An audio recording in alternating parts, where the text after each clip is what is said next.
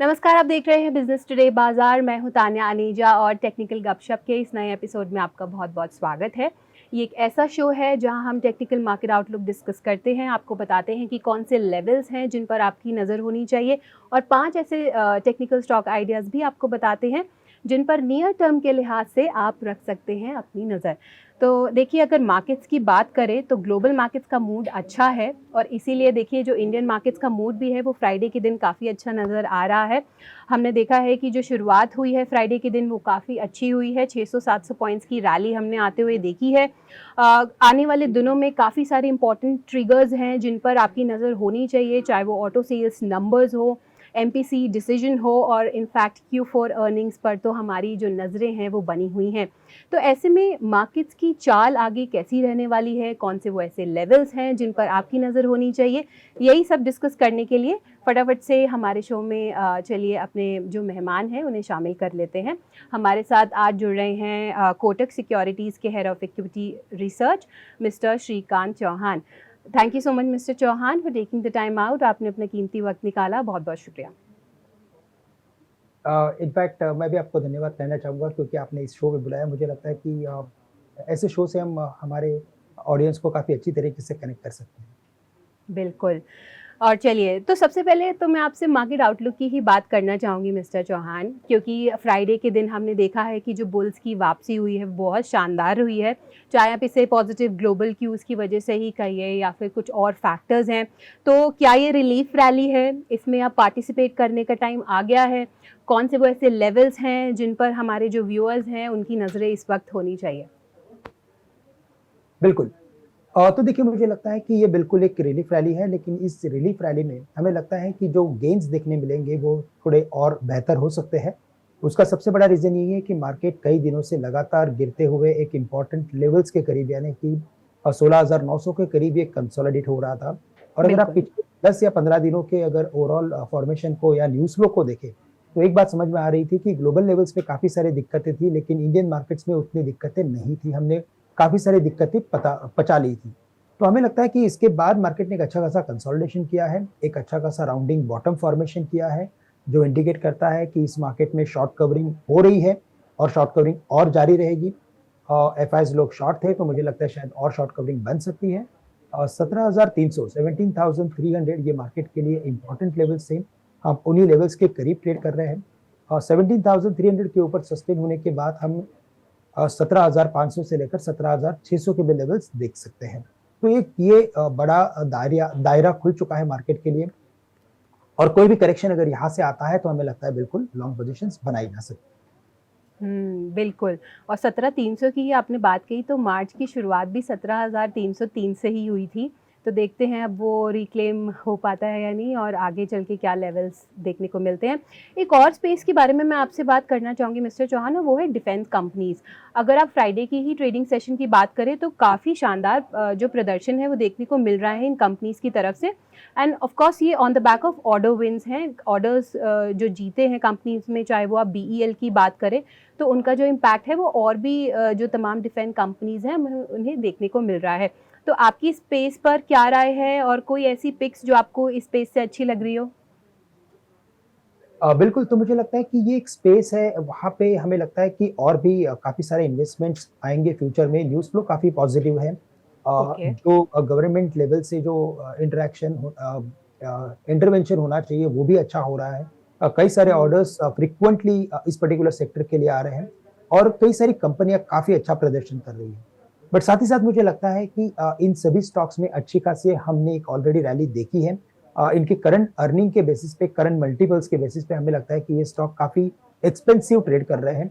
तो इसी वजह से हमें लगता है कि अगर यहाँ पे वेरी शॉर्ट टर्म के नज़रिए से अगर कोई लॉन्ग पोजीशन बनाता है, तो मुझे लगता है कि वहाँ पे थोड़ी डिसअपॉइंटमेंट हो सकती है। बट यहाँ से अगर मीडियम टू लॉन्ग टर्म का व्यू हो, यानी कि कम से कम 6 महीने से लेकर 12 महीने का व्यू हो, तो मुझे लगता है बिल्कुल इसमें से कुछ एक कंपनियों को हम खरीद सकते हैं। वहाँ पे हमें लगता है कि भारत इलेक्ट्रॉनिक्स के साथ-साथ भारत डायनामिक्स, ये 2 कंपनीज़ पे फोकस किया जा सकता है और इनमें निवेश किया जा सकता है। बिल्कुल, भारत इलेक्ट्रॉनिक्स और भारत डायनामिक्स, ये 2 कंपनीज़ हैं, इन पर आप अपनी नज़र रख सकते हैं। एक और स्पेस है सीमेंट स्पेस की, अगर हम बात करें मिस्टर चौहान, तो उस पे भी हमें ये खबरें आती हुई अब दिख रही हैं कि जो अप्रैल का महीना है उसमें हम प्राइस हाइक आते हुए देख सकते हैं। तो इस पर्टिकुलर स्पेस पर आपकी राय? बिल्कुल, तो देखिए मार्च के महीने में हमें नहीं लगता था कि सीमेंट स्पेस में इतनी बड़ी तेज़ी हमें देखने मिलेगी। लेकिन कई सारे स्टॉक्स ने काफ़ी अच्छा प्रदर्शन किया है। मुझे लगता है कि यही इसी पर्टिकुलर न्यूज़ फ्लो के पीछे इनमें तेज़ी बनी हो। साथ ही साथ हमें ये नहीं भूलना चाहिए कि गवर्नमेंट जो है वो कंसिस्टेंटली कैपेक्स बढ़ाती जा रही है और अगर ये कैपेक्स अगर बढ़ेगा तो इसका सबसे बड़ा फ़ायदा सीमेंट सेक्टर को भी जाता है। तो कैपेक्स के पर्टिकुलर थीम को अगर किसी सेक्टर के साथ अगर हमें इन्वेस्ट करना है तो हमें लगता है कि सीमेंट स्पेस पे भी हमें बिल्कुल फोकस करके चलना पड़ेगा। ओके। करंट लेवल्स पे लगता है कि अल्ट्राटेक सीमेंट और दालमिया भारत ये दोनों हमें अच्छे लगते हैं। इन्हीं दोनों में हमें लगता है कि और भी तेज़ी बन सकती है। बिल्कुल। दालमिया भारत और अल्ट्राटेक सीमेंट इन स्टॉक्स पर आप अपनी नज़र रख सकते हैं। इसके अलावा कोई ऐसे सेक्टर्स, कोई थीम्स, हमने डिफेंस सीमेंट स्पेस की बात करी, पर कोई ऐसे सेक्टर्स जो आपको इस वक्त अच्छे नज़र आ रहे हों, स्पेशली नियर टर्म के लिहाज से? तो देखिए अगर नियर टर्म के लिहाज से अगर देखना है तो हमें लगता है कि बीएफएसआई सेक्टर पे फोकस किया जा सकता है। ओके। पिछले दिनों जो यूएस में बैंक से रिलेटेड जो भी न्यूज़ फ्लो था उसके पीछे हमने हमारे बैंकिंग स्टॉक्स में काफ़ी बड़ी गिरावट देखी थी और कई सारे स्टॉक अट्रैक्टिव लेवल्स पे आ चुके हैं। इनके Q4 के नंबर्स भी अच्छे एक्सपेक्टेड हैं और करंट लेवल से अगर इनके बुक वैल्यू को देखें तो वो भी हमें लगता है कि काफ़ी अट्रैक्टिव है। तो करंट लेवल से कुछ पीएसयू बैंक्स, कुछ प्राइवेट बैंक्स को खरीद के हम बिल्कुल चल सकते हैं। Okay, absolutely. तो ये राय आती हुई नज़र आ रही है। और चलिए अब आते हैं हमारे important section of the show पर। जो 5 टेक्निकल स्टॉक आइडियाज़ हैं, तो कौन से वैसे 5 स्टॉक्स हैं जिन पर आज हमें अपनी नज़र रखनी चाहिए? बिल्कुल, तो देखिए आज वैसे मार्केट काफ़ी गैप से खुला है, तो वेरी शॉर्ट टर्म में यानी आज के इंट्राडे में पैसा बनाना थोड़ा-सा मुश्किल रहेगा। लेकिन आने वाले 4-5 दिनों में हमें लगता है कि इस मार्केट में जो करंट रैली जो है वो और एक्सटेंड होते हुए नज़र आएगी। तो ओके। इसी वजह से हमें लगता है कि थोड़ा ब्रॉड बेस व्यू रखना चाहिए। रिलायंस इंडस्ट्रीज़ ये एक इंडेक्स का एक दिग्गज स्टॉक है। इसे करंट ओके। लेवल से खरीदें, हमें लगता है कि ये स्टॉक कम से कम 2400 साढ़े 2400 के लेवल्स दिखा सकता है और करंट लेवल से इसे खरीदा जा सकता है। साथ ही साथ हमें लगता है कि एक्सिस बैंक यहाँ पे अच्छा टेक्निकल फॉर्मेशन बना है। ये स्टॉक कम से कम 870 875 के लेवल्स दिखा सकता है। 840 के स्टॉप लॉस के साथ इसे भी खरीदा जा सकता है।